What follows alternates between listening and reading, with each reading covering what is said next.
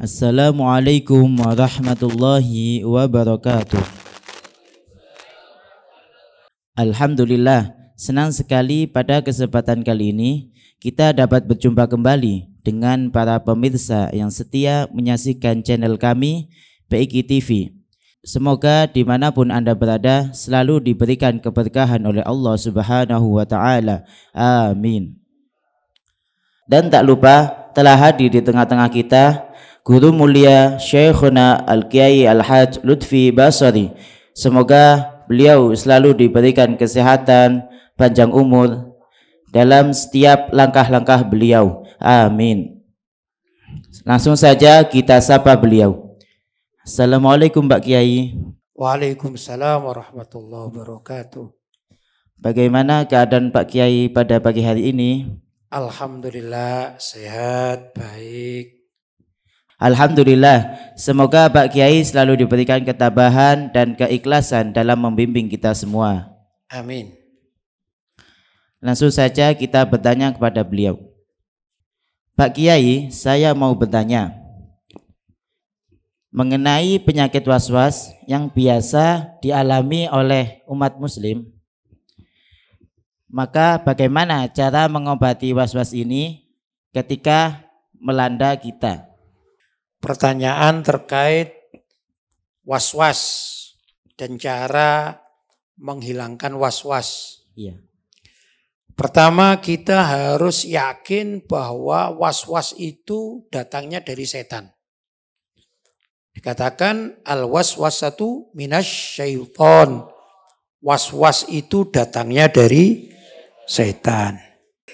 Kalau kita sudah yakin was-was itu dari setan, maka kita harus menghindarnya, gitu ya.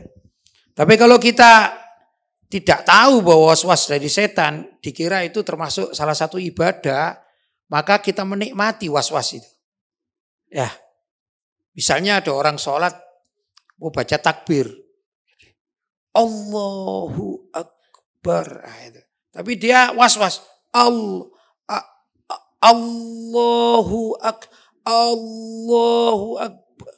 Akbar Allah. Padahal dia salah. Cukup Allahu Akbar. Dan dia yakin bahwa yang tadi diulang-ulang itu gangguan setan. Enggak usah diikuti gangguan setan. Ya, itu salah satu yang harus kita lakukan. Was-was ini adalah dari setan, bukan dari Allah, bukan ibadah dia, justru mengganggu ibadah. Yang kedua, kita harus melawannya ya dengan langsung mengamalkan ibadah yang diwaswasasi itu, ya. Langsung kita mengamalkan ibadah yang ada was-wasnya itu yang masuk. Begitu yakin ini ibadah saya sudah benar, was-was tadi adalah dari setan. Tapi perlu juga bahwa orang beribadah itu tetap harus mempertimbangkan rukun dan syaratnya harus dipenuhi. Adapun was-was yang datang harus dilawan. Begitu. Ada cerita dulu orang-orang tua zaman dahulu kala itu ya. Ada orang yang was-was. Gitu ya. Setiap sholat, setiap apa ini was-was. Kemudian ada ketemu seorang yang tokoh lah, tokoh masyarakat atau kiai lah gitu. Ini kasihan orang ini. Dikasih tahu, kamu itu was-was bukan urusan agama itu, was-was bukan ibadah itu. Kamu salah memahaminya, was-was itu dari setan. Oh enggak Pak Kiai, saya ini pokoknya kepingin khusyuk gitu katanya. Sulit kan dikasih tahu itu sulit. Akhirnya suatu saat Pak Kiai ini bawa kotoran sapi, bahasa Jawanya teletong. Nah, kotoran sapi ya. Sudah begitu ngelihat orang ini was-was, dia mau sholat, itu kotoran sapi itu langsung dilemparkan ke bajunya. Kaget dia. Ada apa? Saya kok dilempar kotoran sapi ini? Apa tadi? Teletong gitu biasanya. Katakan. Maka Kiai itu mengatakan, ya kamu biar was-wasmu itu tidak terus-menerus. Nah, peristiwa was-was yang dilempar kotoran sapi ini ternyata teringat terus. Wah, berarti aku salah berarti ya. Sampai Pak Yai aja ngelempar aku kotoran sapi. Sejak itu si was-was ini langsung hilang. Ya, pertama khawatir dia, jangan-jangan nanti kalau aku mengulang-ulang, ya kayak takbir diulang-ulang, nanti dilempar kotoran sapi lagi. Akhirnya dia mulai belajar Allahu Akbar. Lama-lama hilang was-wasnya, macam-macam gitu. Ada benar juga saya mendengarkan cerita, bukan dilempar kotoran sapi, tapi punggungnya ini dipukul, plak, biar kamu tidak was-was. Nah, sejak peristiwa itu, maka si was-was ini ingat, kalau aku sholat nanti was-was bisa-bisa dipukul lagi. Daripada dipukul, mending langsung aja Allahu Akbar gitu. Tak pakai Allahu Akbar, beruang begitu ya. Ini saya pernah dengar cerita. Nah, ini mungkin tips ulama-ulama zaman dahulu kala ini perlu ditiru, karena apa? Orang yang sudah terkena sesuatu semacam itu ya, dia akan teringat, oh berarti aku salah. Paham? Baik. Pak Kiai, bagaimana pendapat Pak Kiai jika terdapat masjid atau musola yang mengadakan kegiatan-kegiatan, misal sholat, zikir, ataupun doa bersama dengan menggunakan speaker, apakah hal itu menyalahi sunnatullah? Sunnatullah, apa sih sunnatullah itu? Sunnatullah itu adalah sesuatu yang dilakukan oleh Allah SWT, itu namanya sunnatullah. Jadi pertanyaannya bukan sunnatullah. Ya, sunnah. Apakah ini sunnah? Maksudnya sunnah Rasulullah SAW. Ya. Pertama, toa itu atau speaker itu ya sama dengan handphone, sama dengan mobil. Ya. Nggak ada larangan sama sekali, dalam agama nggak ada larangan. Handphone ini bisa merugikan orang lain, bisa juga menguntungkan. Apa ya? Kalau misalnya saya punya handphone merugikan orang lain, misalnya saya lempar plak, kena kepalanya orang tersebut, kan merugikan namanya.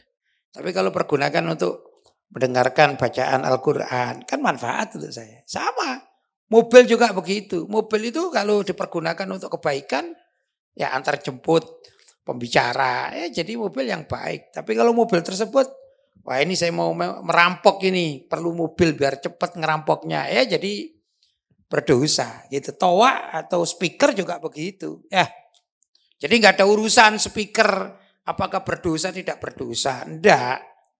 Boleh, speaker itu boleh dan sudah tahunan. Ya, di zaman kemerdekaan aja di Indonesia ini sudah ada speaker, gitu ya. Salon speaker sudah ada. Begitu ya. Jadi tidak masalah, boleh kita azan menggunakan speaker. Boleh, enggak ada larangan. Yang melarang itu lebay aja gitu ya. Nah, kecuali kalau dipergunakan dengan sesuatu yang memang itu menjadi larangan agama, maka enggak boleh. Contoh di masjid, agar supaya membangunkan orang-orang, misalnya Ramadan gitu ya, maka dibunyikan lagu dangdut koplo misalnya, ya nggak boleh jadinya ya. Tapi kalau dipergunakan kayak tarhim itu kan menjelang subuh, itu kan masyarakat juga mengambil manfaat. Muslim non muslim ngambil manfaat. Begitu nggak ada larangan. Di tempat kita gimana? Masjid-masjid kita sebelum subuh boleh enggak? Boleh tarhim membangunkan orang. Dan juga menjelang maghrib dibunyikan qiraatul Quran, manfaat. Enggak masalah itu. Ya, boleh-boleh saja. Yang penting begini, pertama kita harus tahu situasi, ya. Kalau situasinya itu situasi di kampung tersebut kebetulan misalnya banyak orang sakit. Kemarin-kemarin kan banyak kena corona, kena apa gitu ya. Nah, itu mungkin ya toaknya dikecilkan sedikit gitu. Demikian orang yang hidup di dekat masjid itu harus pandai berdamai. Berdamai dengan apa? Dengan suara azan, suara zikir. Harus berdamai. Ya apa berdamai? Ya menerima. Loh kalau ada orang yang hidup beli rumah di dekat masjid, tidak mau berdamai dia dengan masjid.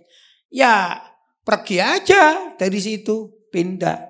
Sama dengan di gereja. Orang yang hidup beli rumah dekat gereja, ya pasti mendengarkan lonceng gereja. Sama nyanyian gereja. Ya terpaksa walaupun dia muslim harus berdamai. Orang yang hidup di dekat rel kereta api harus apa? Berdamai dengan suara kereta api. Ya, dodong, kokok, codok.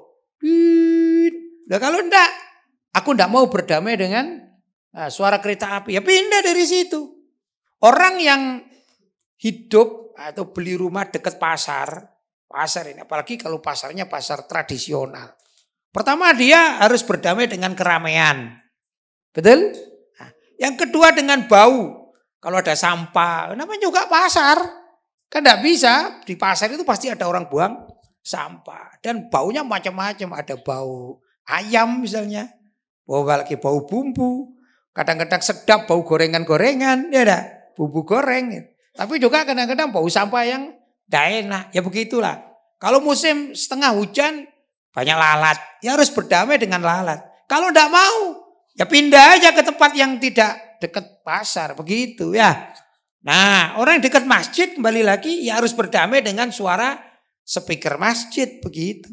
Kalau enggak ya pindah aja. Itulah demokrasi, sebenarnya itulah Pancasilais. Tapi kalau minta menangnya sendiri, dia hidup di dekat masjid, wah Pak, masjid tidak boleh pakai toa, masjid tidak boleh pakai suara-suara. Ini namanya tidak demokratis orangnya ini. Minta menangnya sendiri ini, egois namanya. Ya, pindah aja dari kampung situ, begitu mestinya. Paham? Ya kalau menurut saya boleh-boleh saja asalkan dipergunakan dengan baik. Ya, begitulah. Tapi waktu-waktunya juga harus dijaga. Kalau waktunya malam, misalnya malam itu, anggaplah kalau di Indonesia ini mulai jam 10 malam, ya jangan. Cukup andai kata tadarusan bulan Ramadan gitu, jam 10 malam ke atas pakai apa namanya? Suara dalam, begitu. Ya kalau sebelumnya belum banyak orang tidur, enggak masalah. Menurut saya begitu ya. Baik. Pak Kiai, saya mau bertanya. Apa hukumnya seseorang yang meninggalkan puasa Ramadan dengan alasan mencari nafkah di bulan Ramadan? Dosa. Kalau dia hanya mencari nafkah di bulan Ramadan bukan termasuk udzur dari puasa itu sendiri. Ya, nah, kerja misalnya. Ya, terus dosa nih. Pertama dosa. Kedua dia wajib mengqadha. Wajib mengqadha. Kapan? Di selain bulan Ramadan. Tapi kalau tadi itu dia berdosa. Saya mau kerja apa? Jaga toko. Saya jaga toko ini harus apa? Harus tidak puasa saya. Udah bisa. Dia tetap wajib sebagai seorang muslim wajib berpuasa. Saya mau bayar apa? Fidyah. Oh tidak bisa. Fidyah bukan untuk itu. Fidyah itu untuk orang yang sakit la yurjaburuhu. Apa la yurjaburuhu? Sulit ditunggu kesembuhannya. Maka dia bisa bayar fidyah. Orang tua yang di atas ranjang kemungkinan akan mati misalnya ya sulit. Wah ini mau taruh di mana saja diberobatkan ya sulit. Berobat kemana-mana sudah tapi dia tetap di atas ranjang aja. Ini boleh tidak puasa dan bayar fidyah. Tapi kalau selagi masih mungkin untuk mengqadha pertama orang yang semacam itu maka dia berkewajiban untuk mengqadha di selain bulan suci Ramadan. Kalau alasannya saya kerja maka haram dia. Tidak boleh meninggalkan karena di bulan Ramadan dia bekerja, di luar bulan Ramadan juga dia kerja. Saya mau bayar fidyah saja nggak boleh. Dia berdosa. Andai kata dia bayar fidyah tetap berdosa. Karena kewajiban seorang muslim itu pada bulan suci Ramadan adalah berpuasa. Begitu. Jadi tetap aja wajib. Banyak kok praktek orang puasa dan bekerja. Bahkan tukang ya yang kerjanya berat itu banyak yang berpuasa, tidak masalah. Terlatih dia. Sudah kalau terlatih ya biasa aja gitu. Ya. Paham ya? Jadi tidak boleh ya. Orang alasan kerja tidak puasa dosa. Jelas? Baik. Pak Kiai, mengenai orang tua yang menikahkan anaknya, apakah benar orang tua tidak boleh menikahkan dua anaknya dalam kurun waktu 1 tahun? Wah, itu kalau tinjauan masalah syariat ya, seorang ayah menikahkan anaknya 2 kali dalam setahun itu. Kalau menurut kajian syariat boleh. Jangankan begitu, dalam seminggu itu loh boleh. Minggu ini anak yang pertama menikah, minggu depan anak yang kedua menikah boleh. Tidak masalah menurut syariat. Itu adalah adat suatu tempat yang tidak benar. Begitu dalam kajian syariat. Tapi andai kata ada orang yang menikahkan anaknya tahun ini ya, misalnya bulan Januari, kemudian anak kedua wis nanti aja Januari tahun depan gitu ya. Itu alasannya apa? Biar aku bisa mengumpulkan uang untuk persiapan pernikahan adiknya. Boleh apa enggak boleh? Boleh. Boleh saja. Tapi kalau ada orang kaya punya anak gitu ya, kemudian dinikahkan dalam 2 bulan, nah, yang ini bulan pertama, kemudian 2 bulan berikutnya adiknya. Kemarin itu ada di Lawang resepsinya berdua. Jadi ada berapa? 2 pasang ya. Suami istri begitu. Menikahnya ya beberapa bulan selisihnya di pesantren ini. Saya hadir. Jadi mempelainya itu bukan 1, 2 pasang, suami istri, kakak beradik ya. Kakak sama adik. Lah ini kebetulan laki-laki juga. Jadi pengasuh pesantren punya anak laki-laki pertama sudah menikah. Kemudian anak kedua laki-laki juga menikah. Jadi berapa pasang? 2 pasang. Begitu resepsi jadi 1. Enak resepsi jadi 1. Tidak ribet. Boleh. Boleh menurut syariat boleh. Nggak ada larangan. Bagaimana kalau nanti itu celaka? Itu keyakinan yang nggak benar. Paham? Tapi kalau menunda adiknya karena faktor biaya. Boleh apa tidak boleh? Boleh. Kakaknya sekarang, adiknya tahun depan atau 2 tahun yang akan datang. Faktornya apa? Biaya. Boleh saja, enggak apa-apa. Paham? Baik. Pak Kiai, saya mau bertanya. Memilih seorang pemimpin dalam suatu kelompok atau forum adalah suatu yang wajar di kalangan masyarakat. Nah, bagaimana hukumnya jika seseorang tidak mau memilih pemimpin dikarenakan dia tahu bahwa calon pemimpin itu orangnya suka berbuat zalim kepada orang lain? Ada orang tidak ikut pemilu, ya, istilahnya golput atau abstain. Abstain itu tidak ikut memilih. Kalau alasannya itu alasan syar'i, ya tadi itu, wah 2 calon kandidat, dua-duanya ini moralnya rusak, ahli maksiat, macam-macam maksiat. Maksiat itu yang satu misalnya ahli mabuk, ya, ahli judi, kandidatnya ini. Sedangkan yang lainnya ini, wah ini jahat, ini dolim kepada masyarakat. Wah sama-sama nggak bisa dipilih itu. Maka sesungguhnya alasan syar'i itu dibenarkan dia tidak memilih. Ya, kecuali kalau sistemnya itu boleh mencari kandidat lain. Maka orang tersebut berkewajiban untuk mencari kandidat lain kalau sistem yang dipergunakan dalam kampung itu memungkinkan. Tapi kalau kampung itu sudah mengunci dengan 2 sistem, maka abstain, golput itu adalah pilihan politik. Boleh jadinya. Karena nggak ada yang bagus. Boleh. Apa ya? Asalkan apa? Alasannya syar'i. Bagaimana kamu biarkan saja? Nanti salah satunya kan jadi. Yang satu ahli mabuk, ahli judi, ahli maksiat. Yang satu dolim kepada masyarakat. Taunya apa misalnya? Oh ya, itu kan dulu pernah jadi pemimpin. Wah ini tanahnya masyarakat diambil. Pokoknya dia dolim lah ya. Nah, alasan syar'i kita tidak ikut memilih. Mending tidur aja di rumah. Toh nanti yang jadi sama-sama dolim. Itu adalah sikap politik, boleh. Baik itu dalam tatanan syariat boleh karena asalan syar'i. Yang kedua dalam tatanan hukum negara itu boleh. Namanya sikap politik. Kenapa? Karena kedua kandidat nggak ada yang bagus. Tapi kalau dari segi kandidat itu sudah sama-sama nggak bagus ini ya. Cuman ada yang lebih ringan. Misalnya saja tadi ya, yang satu dolim, yang satu ahli mabuk, ahli judi. Cuman yang ahli mabuk itu masih suka membangun musola misalnya.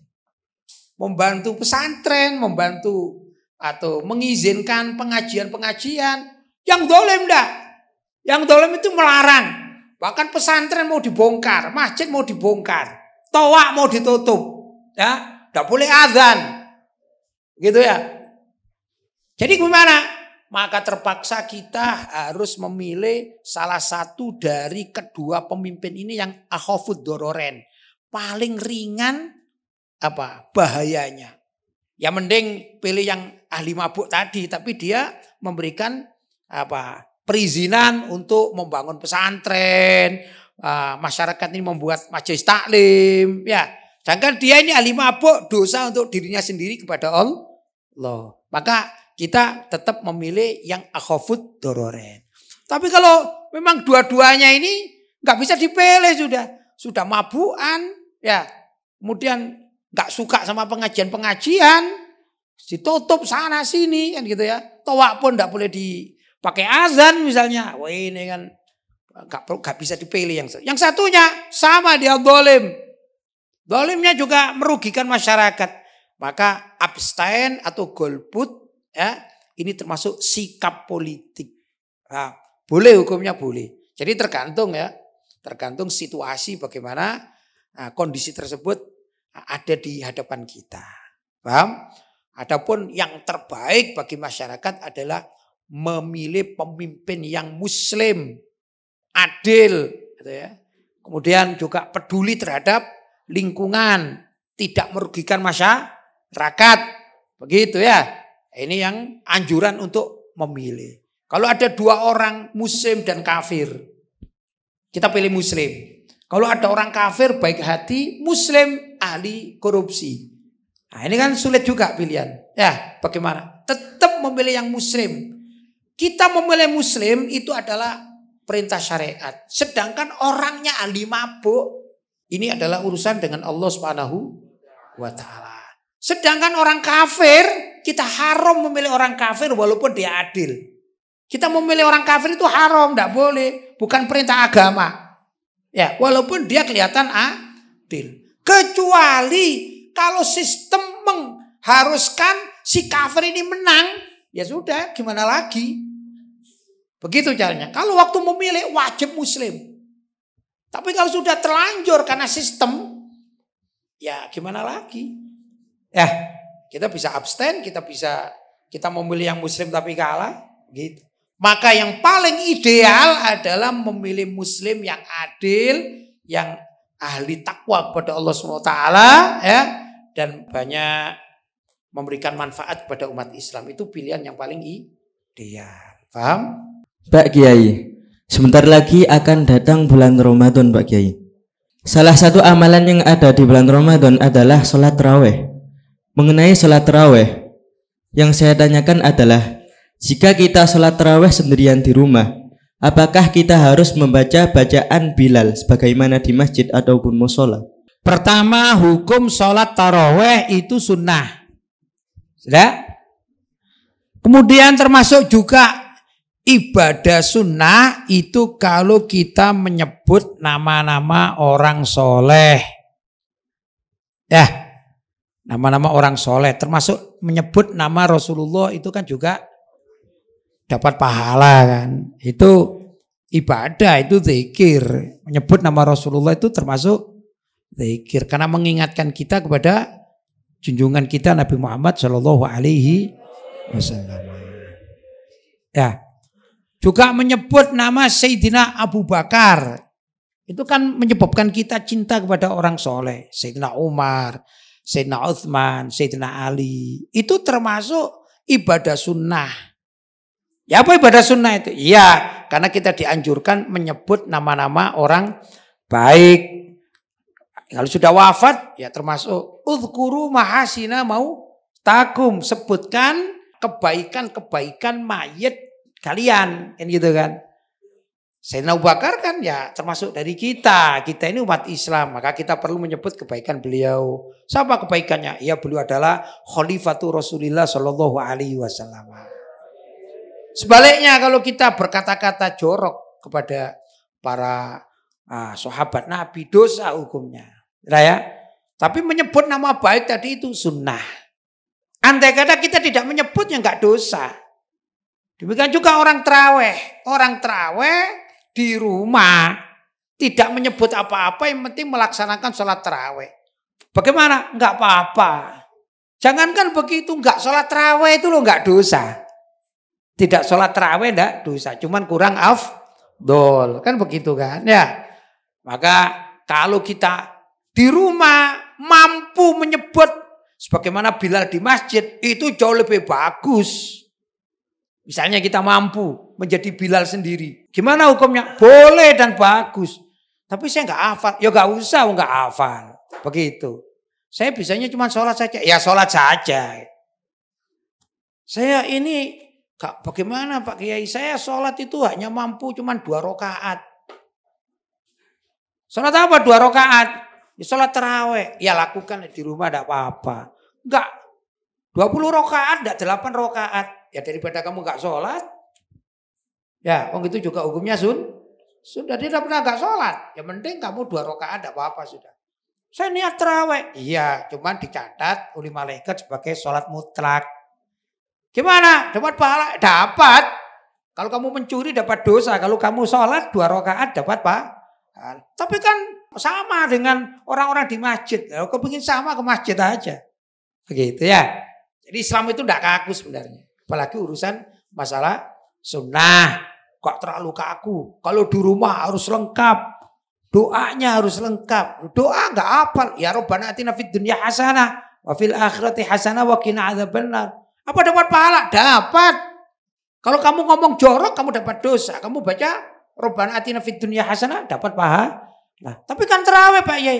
Iya, tarawihnya sunnah. Kamu doanya juga sunnah, ada masalah. Semampu kamu. Cuman kalau cari afdol ya 20 rakaat. Begitu cari afdol. Semakin banyak sholat semakin afdol. Bagaimana Pak Kiai? Kalau sholat yang 8 rakaat itu durasinya lama karena khusyuk. Gitu ya. Gimana yang 20 rakaat? Cari yang 20 rakaat yang 1 rakaatnya itu pakai 1 juz. Apa kurang lama? Kalau kurang lama tidak apa-apa. Rakaat pertama, juz pertama sampai juz 15. Rakaat kedua, juz berapa? 16 sampai juz 30. Tambah lama lagi. Kalau mau tidak apa-apa. Kalau kuat. Itu lebih afdol. Ya, apalagi sholatnya 20 rakaat. Jadi sebenarnya kualitas sholat itu tergantung gimana kita mengamalkannya. Bukan berapa jumlah rakaatnya. Bagaimana kita mengamalkannya. Pak Yai, saya ini gimana ya? Saya ini sakit. Saya nggak bisa ke masjid. Terus saya kepingin sholat tarawehnya itu Pak Kiai saya sama hataman. Saya baca Quran, saya bisa caranya. Terus ya nggak apa-apa. Cuman 2 rakaat Pak Kiai. Tapi saya itu kalau baca 2 rakaat itu juz pertama sampai juz 15 itu pada rakaat pertama Pak Kiai. Ya. Kemudian rakaat kedua gimana? Juz 16 sama sampai 30. Boleh enggak? Boleh. Apa itu tarawih? Ya gak apa-apa kamu bilang tarawih, gak apa-apa kalau aku bilang sholat mutlak. Istilah aja, gak apa-apa. Begitu. Ya, karena ini masalah Nah, paham? Baik. Alhamdulillah, senang sekali hari ini kita bisa mendapatkan banyak ilmu dari beliau, Syekhuna Kiai Haji Lutfi Basori. Semoga apa yang beliau sampaikan bisa bermanfaat bagi kita, baik di dunia maupun di akhirat. Amin ya Rabbal Alamin. Baiklah para pemirsa dimanapun Anda berada, jangan lupa tetap dukung channel kami dengan cara like, komen, dan subscribe, serta share sebanyak-banyaknya dengan niatan meneruskan estafet dakwah Rasulullah SAW. Kami undur diri dari hadapan Anda semua, kurang lebihnya mohon maaf. Wassalamualaikum warahmatullahi wabarakatuh.